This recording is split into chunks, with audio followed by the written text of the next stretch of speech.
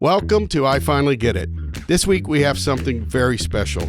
This is our first repeat guest. We have Scotty Baudoin, who is coming back to us to talk about the discoveries from what he's learned since we've been on the first episode. In studio with us as always, Dustin Webb, our producer. I'm your host, Jeff Martin. Let's get it. This is the second time around, man. Thank you so much for coming back. I'm starting to wonder if this is a do-over. Maybe if something wasn't right the first time, but I am so excited to be here. Yeah, man. Recently, Dustin and I have talked about, there have been several guests that we said, look, we didn't either have enough time or they have so much going on. We didn't talk about a bunch of stuff. And you were one of those follow-up people. So we're repeating. So I'm so excited to hear what's been happening since we first talked. One of the things that kind of ties with your show is I Finally Get It is when I first went into this, I thought it would be easy, low-hanging fruit, real easy. It was rather tough. I meet with people and go, hey, how's retirement? And I got to go, I didn't retire. I said, I retired from engineering, but I'm doing something different that, by the way, I've always done. And that just starts conversations, but it's still hard to get away from, I'm an engineer. Yeah. I retired from engineering. Yeah. You retired. Let's talk about that because I can tell you, I experienced a very similar thing after, and I'm still an entrepreneur, but after selling a company and then becoming a business coach, it's like you got to walk around for the next 2 years saying, hey, I'm Jeff, a business coach. That's what you're talking about, huh? Oh, my God, yes. In fact, I was talking to an engineer, and this one guy said, I told him, I said, I'm an EOS implementer. It's a business coach.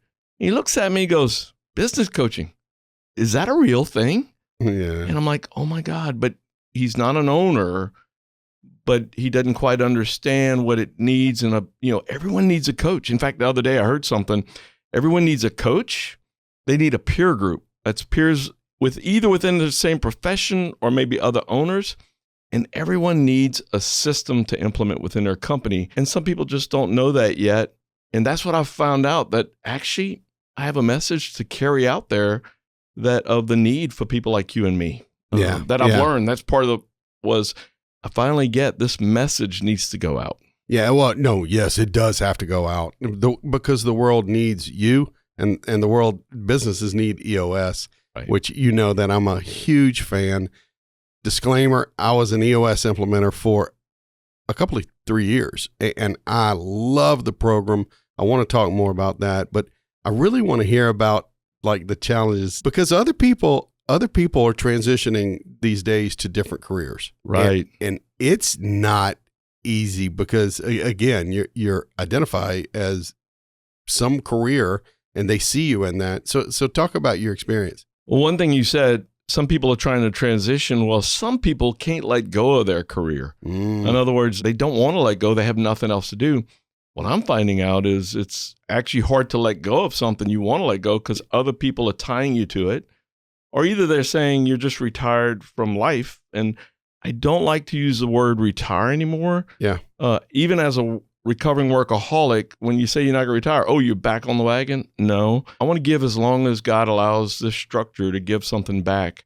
And EOS is a way I like to give back. I like to help companies. It's kind of a core value of mine to help and help people find peace. Did you have to kind of let go of some of that yourself? And have you successfully done Yeah, because I was helping the engineering firm as I was retiring from it. And EOS, when they're forming you, they tell you, burn the ship. And most people may not understand, and I'm not going to go through the story. I invite people to look up videos of burning the ship.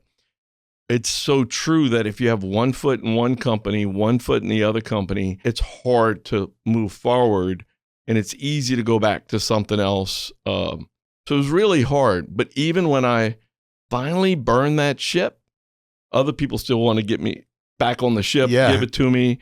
And I'm like, no, I'm really called. After completely burning it, I really realized this is what I'm called to do. I actually see where I'm at now was present when I ran a firm. Yeah. Meeting people, helping people with situations, discovering the person in front of me, helping them. It's what I do in EOS. It's what I've done in my previous career. It's really what I'm made for. It is. And what's cool about you, it wasn't a just a real quick decision. You ran your business on EOS. Oh, yeah. But prior to selling 8.5 years, I ran it on EOS. Yep. Had an implementer, Jeff Benton, I got to say, saved my life in essence, because when I started implementing EOS, it's the first time I was able to start getting away from being workaholic. I allowed the business to run instead of it running me. And so I ran it with an implementer, and then I ran it without one. He'd come in once a year for us. So yeah, I had a lot of experience running EOS. And at that time, I actually, because it gave me so much peace, I implemented on the side a pro bono, a church, a school, and a mission company that missions to the world. It was actually that mission company about a year when I was discerning, hey, am I going to do EOS after stepping out? I kind of wanted to. Their comment to me was the gift of EOS to them helped them continue their family mission company. Without that, they wouldn't have continued. So they were very grateful for the time I'd given them in EOS. And it was actually an answer from God discerning, is this where I'm going? I've implemented for a good while before I became an implementer. Correct. And you've given out more EOS traction books than anybody I've ever seen. I still haven't caught up to the traction books I gave up while I was being implemented. Now, in all honesty, I gave out traction books because I wanted the people I knew to find peace in their organization. Yeah. Plus, they'd be easier to work with. You know, they would get a hold of their company. We'd be working with a company running well. Not that they weren't. It's just that they would be better and enjoy their work. Yeah, sure. For anybody out there who doesn't know what EOS is, I highly I'll put traction in the show notes, and I'll also put a link to your site. But tell us about running your business on EOS and then now installing it basically into other people's companies. Right. So EOS, we've used a lot of acronyms. It's not fair to use an acronym without explaining it. You walk into these companies, even those I implement today, they start using acronyms, and you hear some of them and go, okay, I can make something up, but help me understand. I'm curious, which has a content of something today. Be curious. So EOS stands for Entrepreneurial Operating System, as you know. It helps, it's a simple system with complete tools to do 3 things we call vision, traction, and healthy. Vision from the standpoint of getting the leadership team 100% on the same page where they're going. Traction means instilling discipline and accountability on the leadership team. And healthy means becoming a healthy, functional, cohesive leadership team. Because most of the time, good leaders don't work well together. As goes your leadership team, so goes the rest of the organization. You get to a standpoint where your entire organization is crystal clear on your vision, more disciplined and accountable working on that vision, and all becoming a healthy team. I saw that when I implemented EOS. It took a while. Even the words of EOS made some of the employees nervous. Some employees do, am I going to have a job after this? It's a way of life. It's not a software, as you know. Sure. And so I'll be honest, there were some bumpy roads because there's some things that needed to be done. But once they were done, what happened in implementing it, I had a leadership team that was fully implemented. They became leaders, and they're the leaders who bought my company. And in fact, they had their quarterly meeting a few weeks ago with the same implementer we used 9 years ago now. Implementing is one thing, and I learned some lessons, and I have to say that as a visionary and an integrator, I did some things I shouldn't have done implementing a company as being implemented. So I have some lessons I learned that now I can share when I implement. Yep. On the implementing side, the joy I get is watching a company get birthed, become something that they were called to be, watching them grow. In the first session we do, they come back and they're doing things already that they almost know is going to happen. They're stepping into it. And I'm watching them be at peace. I walked in to watch a level 10 meeting 2 days ago, and I looked at the owner and I go, you look so much at peace. And she's smiling ear to ear, gave me a big hug. She goes, I am. Yeah. And you get to see the peace, and they're growing, but they're growing in a healthy way. while respecting their employees because of EOS. Yeah. They want to respect the people they have, and EOS helps do that because people is your main asset to get to your vision. You can't get there without people. So EOS helps that. Yeah. And what you said earlier is, entrepreneurs need one-to-one coaching. They need a peer group, and they need a system. And EOS is the system. Right. So when I first started EOS, I was in a Vistage group. Yeah. I had peer work, and I had a one-on-one coach. I still today have a one-on-one coach. My peer group today is the other EOS implementers. Right. That's another thing about EOS. These other implementers in town, most people would say they're your competitors because we have to go and get our own clients, but we also recommend each other to other clients, which is unusual in our world. Yeah, it is. But we also get together, all the EOS implementers in Louisiana get together once a quarter to see how we can grow the economy of Louisiana. And we intentionally do that. And then we help each other. I don't know of many organizations who say, what kind of help do you need? Let me help show you how to be good at what you're doing, how to get clients, how to grow. And then we're required to meet once a quarter nationally and come together with all the other implementers within the country to grow. Yeah, it is unique. And I'll tell you that many people have this scarcity mindset, right? Right. And I find that EOS implementers, they understand that, look, the more people that are running companies on this system, the more people are going to know about it, right? So it really is the correct way to go about it. But most people have this scarcity mindset, competition mindset, and you're proving that it doesn't have to be that way. Right. The other thing I found that I finally get it was I thought people, just by me saying EOS and sharing a few things, would get it, would trust. Yeah. And there is a scarcity of the unknown. Well, what does that look like? I had someone use a word the other day. So-and-so told me about EOS, but I'm kind of ignorant to it. And I'm like, and it's like he was almost scared to approach not knowing. And so I said, look, just give me some time to share. And that way you would have known, and then you can make a decision.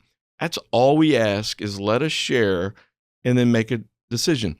A phrase I've been using a lot lately that I've had to learn from is be curious, not judgmental. I have to say I'm a pretty good judge, but I shouldn't. Yeah, we all are. I shouldn't.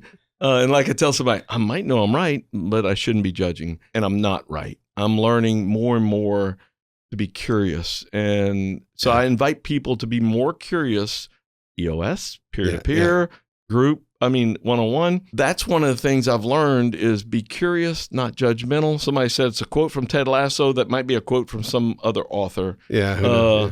But it's a great thought that I'm finding. I'm hoping more people would be curious when I encounter them. I am encountering some amazing people. That's another thing I didn't realize that would come from EOS. I get to meet people and discover the sacred within them, the uniqueness. I got people I see at church, and I had coffee with them, and I'm like, oh my God, I didn't know this is what you did. And I can spend 30 minutes just about this one person and the uniqueness and what he taught me. I've changed because of meeting him. Oh, yeah. I've met some people on your podcast because of him. Yeah. Just by being curious. Yeah, absolutely. And that kind of ties back to the challenge of you retiring. And then, if people are slightly more curious and not judgmental, they wouldn't say, hey, you retired, or you're an engineer, right? No, I've gone on to this. It also impacts how you spend time with people. Let's say you meet out for lunch and you're talking with somebody. If you're more curious, you're actually going to get deeper and have a deeper conversation and a richer relationship. Absolutely. So we all deserve that. All right. So that's a light bulb moment, right? It is be curious, not judgmental. And that curiosity leads to deeper, richer conversations and relationships. Amen. I am so grateful I am here today being the implementer I've been called to be. And because of that, I had to change. That's another thing. I knew my client base. right? I can go to get another client for the engineering firm. I knew where to go. To get a client or people that know about EOS, oh my God, that was tough. And at my age, I had to learn, hey, it's just not going to come at you. Yeah. But instead of worrying about it, being upset with it, I started being curious about the person in front of me. And I'd come home at night, tell my wife, Maggie, I said, thank you so much for letting me be where I am today. It's just amazing. And so I thank God for everybody who's put in front of me. In fact, I started something every night. Whoever I talked to that day, I thank God for them in terms of praising and thanksgiving, and I pray for them. Because just what I've learned by being on this journey that I thought was tough, right? It was tough. I thought I'd have clients, be able to get clients right away, not realizing how many people didn't understand about EOS. What I'm discovering is that the journey I'm on is to meet people and to see where they are. And then when I have the honor and privilege and pleasure of implementing them, oh my God, I get to see a different dimension. I get to be in a room that most people can't be in and watch people change and become what I think God's called them to become. Well, if you are thinking and praying for the people you talk to, I'll be calling you every day. Is that a deal? You are on my list, as you know. Your name doesn't. Your name gets mentioned more often than not and thought about. So yeah. So, what is next for Scotty and this new career? I am looking forward to having a full list of clients. I know God will gift me with that list and gift them with the gift of EOS. The more clients we can get with a system installed, the more peace, the more families at peace, the more employees at peace. What's next is just become better at what I'm doing and to meet more people, whether they're a client or not, a person who gets to know about EOS or not. I look forward to just meeting more people and continuing to meet them. So it's not a one-time meeting. There are people I continue to check in with and try to meet up with to continue to get to know them, to walk with them on that journey. And EOS allows me to do that when I'm implementing. It gives me the time in between that I didn't necessarily have before. Yeah, no doubt about it. Especially years prior with my company. Towards the end, I had more free time because of EOS. I got to do what I wanted to do. Yeah. So I really want to give people back their life so they can spend more time with themselves, their family, their God, whatever it is their call to spend more time with. That's kind of what's next is clients. I do have other things on the horizon that are actually happening now from a vocational call. Mm-hmm. So I don't want to go that route because I don't want to make it messy. But that's another visit. Maybe number 75. Yeah, exactly. Yeah, well, it's so cool that, for Dustin and I, we're having our very first repeat guest, right? We talked about that earlier. The coolest thing of all is you were our very first guest. Yeah. It's crazy. And so. It was my first podcast. That was your first one? Yeah. In fact, I didn't know there were going to be cameras here. Yeah, I remember. I wore a t-shirt and I walk in and I'm like, oh my God, all right. I had to get over the shame of myself. Yeah. And I was fine. No, you did great. In fact, I asked somebody, I said, you notice my shirt? They go, didn't even notice it. All right, get over yourself. But they probably noticed mine because when I didn't want to make you feel bad. So I went and pulled out the most wrinkled shirt I could find. and so anyway, I look back at that and go, I can't believe I wore that short sleeve wrinkled shirt. But anyway, we grow and we improve, and that's exactly what you're doing. And I'm enjoying it. So as you know, in EOS, we hit the ceiling, right? Yeah. And our job in EOS is helping break through the ceiling. All growth has a ceiling. I had my ceiling from moving and retiring to realizing that, it's not going to be that easy to share what EOS means. So that's growth. Yeah. And I've grown through that. And the growth from that is the people I get to meet, mm-hmm. the encounters. Being on a podcast, yours, while I was on your first podcast, it was my very first podcast. I was very nervous, very worried. I'm more comfortable today about the podcast. In fact, excited to be here. Before, I got to admit, I was a little not sure. Oh, absolutely. But it's new. You know what I mean? And we want to be perfect. And we put off and put off.